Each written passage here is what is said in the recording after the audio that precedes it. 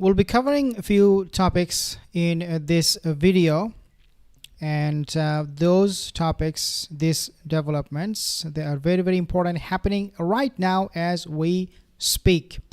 Let's start with this particular event in Tel Aviv. Right now, people are revolting, and this is coming in the news, in the mainstream media, including where they are showing these people in Tel Aviv. They are demanding that Netanyahu brings back those hostages. As you can see, there is this mass demonstration happening as we speak. Thousands of Israelis, they have stormed the streets of Tel Aviv, and this is what they have been calling for, which is a ceasefire or bring the hostages back through that ceasefire. But the main priority for them is obviously to bring those hostages back.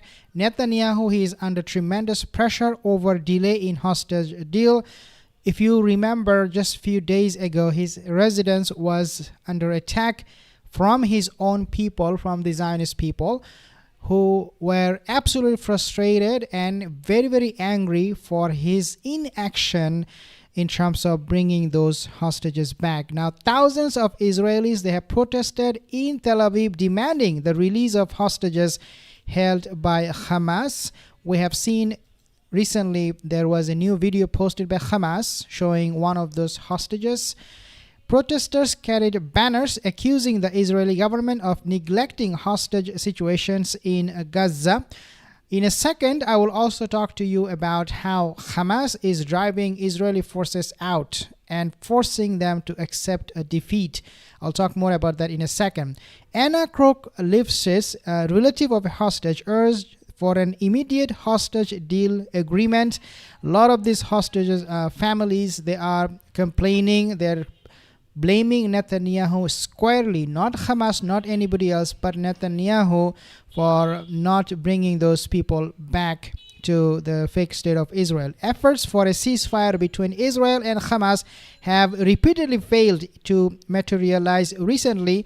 Now let's talk about the ceasefire agreement, because it looks like to me Hamas is winning big.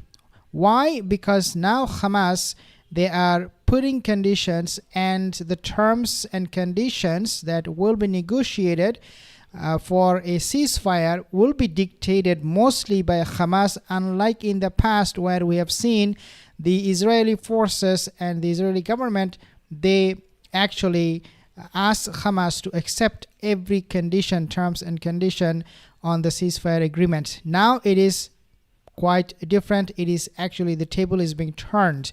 So Hamas may accept a gradual withdrawal of Israeli troops from Gaza under specific terms. So again, these terms are being dictated by Hamas itself. The group has shown willingness to let the Palestinian Authority control Rafah crossing.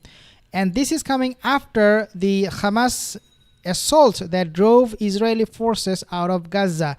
A lot of the ITF forces, they are now gradually withdrawing. They are backtracking their forces from Gaza, just like they have done in Lebanon. So Hamas has proposed terms for a ceasefire, including a gradual Israeli troop withdrawal and coordination with the Palestinian Authority for managing Gaza.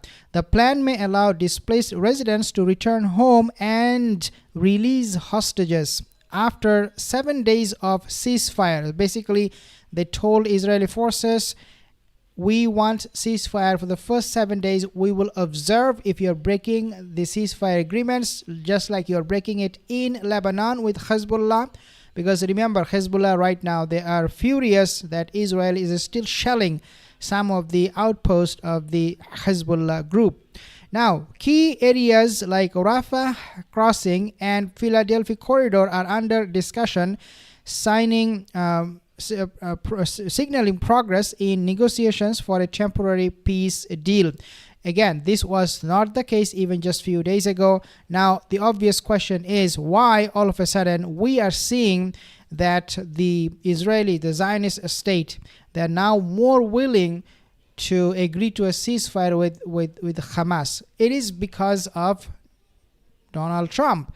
Donald Trump, he sent a clear message where he said, before I even take office, which will be January 20th, I want you guys to stop fighting, to stop this war in Gaza. That's the message he sent to Netanyahu, looks like to me, through Lindsey Graham. If you do not know Lindsey Graham, he's a senator. He traveled to Israel before the Thanksgiving.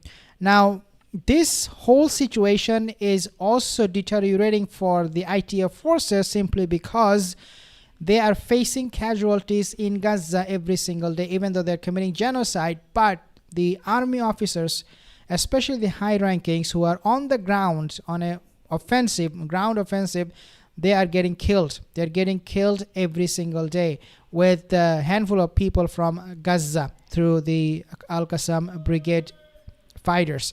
Therefore, it is becoming unbearable for them to stay in Gaza. And we have seen also how things are unfolding in Syria. This whole thing is going to be making the entire region very, very unstable. And Israel, they have always feared that individuals, rebels may infiltrate into Israeli territories. We have seen those happening during the genocide in Gaza, where people from Jordan, for example, Egypt, they took up arms, they infiltrated, and they were able to cross Israeli border, went inside Israel, and killed many of their people, including military personnel. This whole situation in Syria is going to make things worse for Israel, and a lot of people have disagreed. They said, no, these rebels are supported by Turkey, US, UK, NATO, and Israel, which I quite politely disagree. These rebels are not supported by Israel or US. In fact, United States, they have listed Hayat al-Tahrir al-Sham as a terrorist organization. But at the same time, I have to admit this, which is that this situation is going to help Israel in the short term, because now Hezbollah have a new enemy, which is this group HTS. Therefore, Israel will have more time to breathe, to reorganize, to recalibrate the whole situation, and go on offensive against whomever they want. As we know, these are lunatics. But nevertheless, they will remain, this group HTS will remain a big headache for Israel. And of course, this is where we bring this news presenter from BBC. Let's take a listen what she is saying. Syria's ally Russia has carried out further airstrikes on parts of Syria in an attempt to halt the advance of anti-government rebels who've taken control of the country's second city, Aleppo.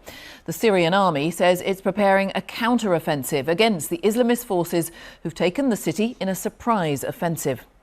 Just to warn you. So just to let you know, guys, Assad, his army, they are defending their lands, their territories from Israeli airstrikes most of the time. Israeli Air Force will go and drop bombs on these proxies of Iran. Therefore, because of this situation that has evolved through these rebel groups taking over Aleppo now, Assad forces will not only have to defend itself, its military assets, even its airport, Damascus, which came under Israeli attacks on a regular basis, they also have to now fight with this rebel group. Therefore, as I said, this is only going to help Israel. This fighting in Syria, in Aleppo, is going to benefit Israel, and Netanyahu might get away with all of the crimes he has committed because the world right now is focused on what is happening with these rebels and with Hezbollah and with Assad regime.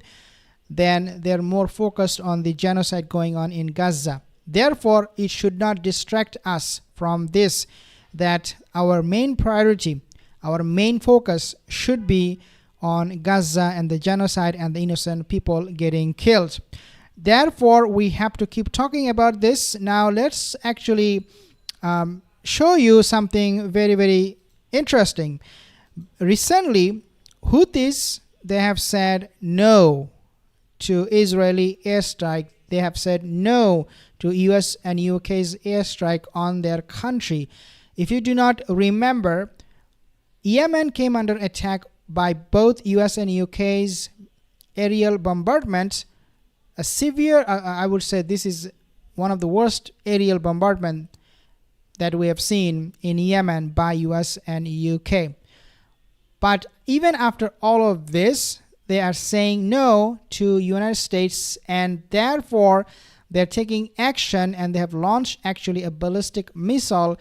The most important part of this ballistic missile attack in Tel Aviv was that it hit its target. Shows how powerful, how technologically they're advanced now.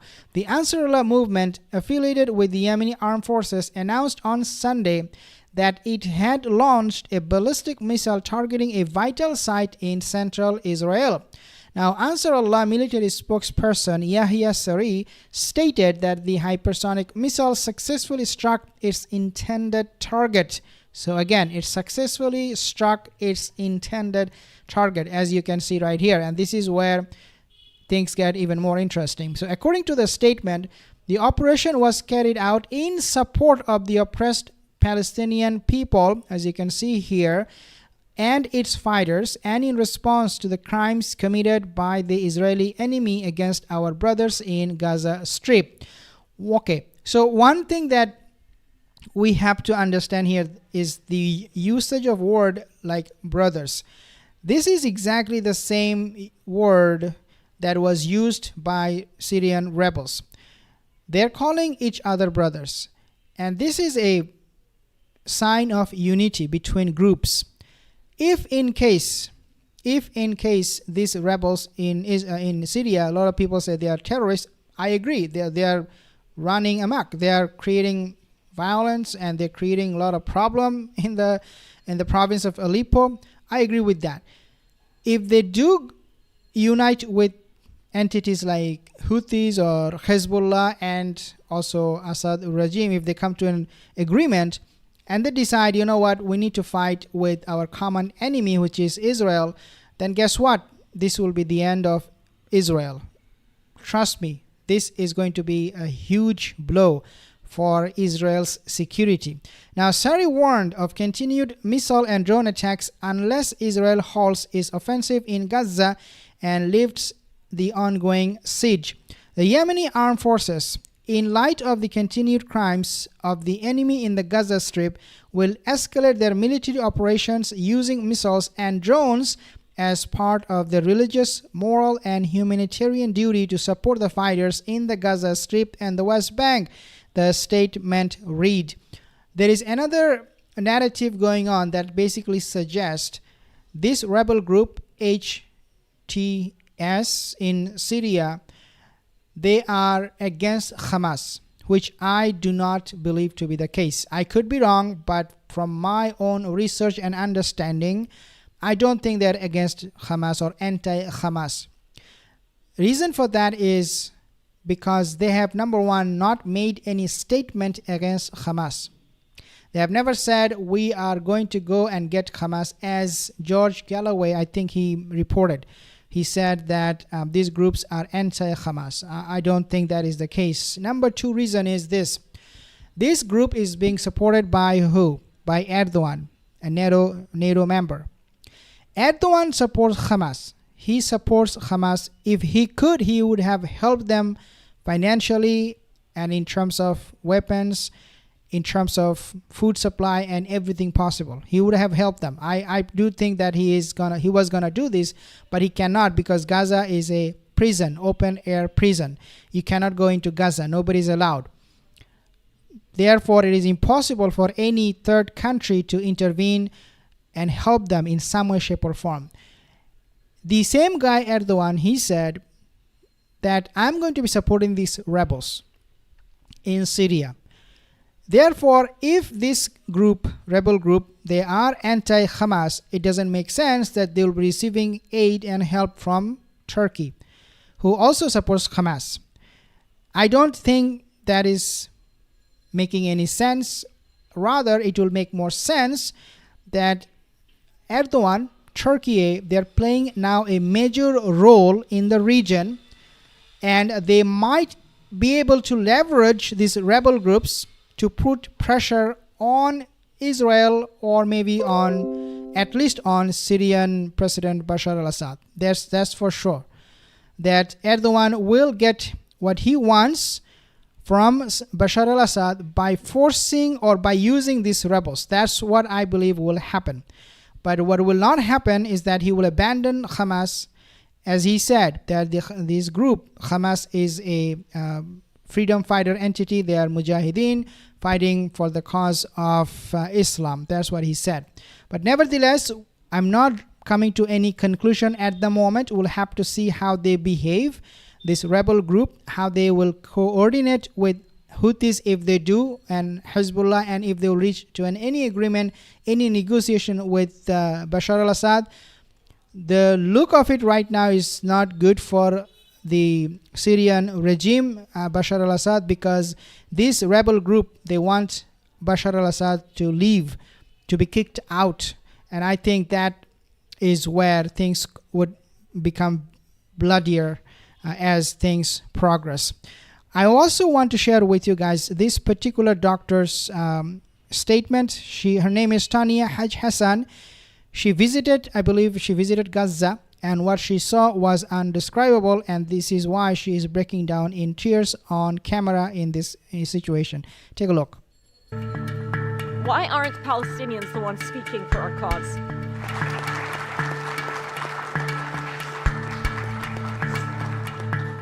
I remember the silence of the woman brought into the hospital injured, staring blankly and unable to speak. She had given birth 1 week earlier. Yeah.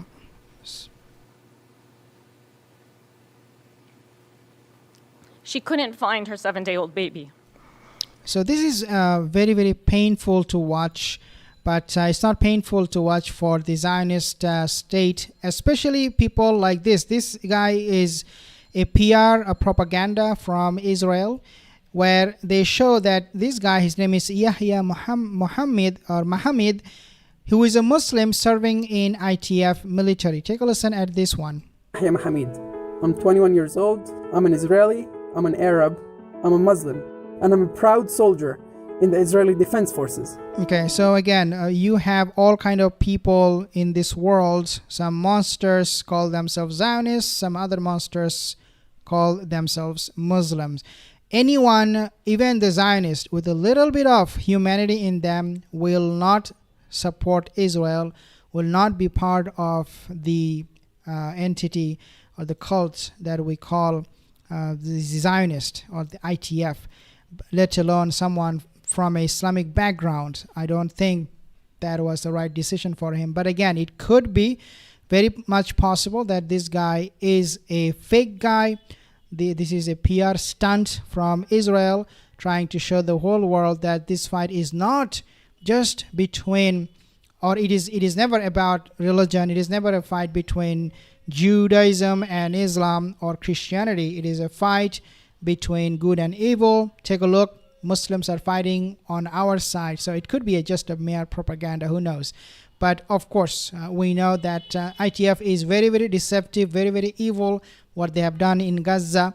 And now they are asking for a ceasefire, and Donald Trump will make that happen, because Israel cannot continue on with this genocide against the people of Gaza, because they are getting tired and exhausted, and they do not have any more military strength to carry on fight against ITF.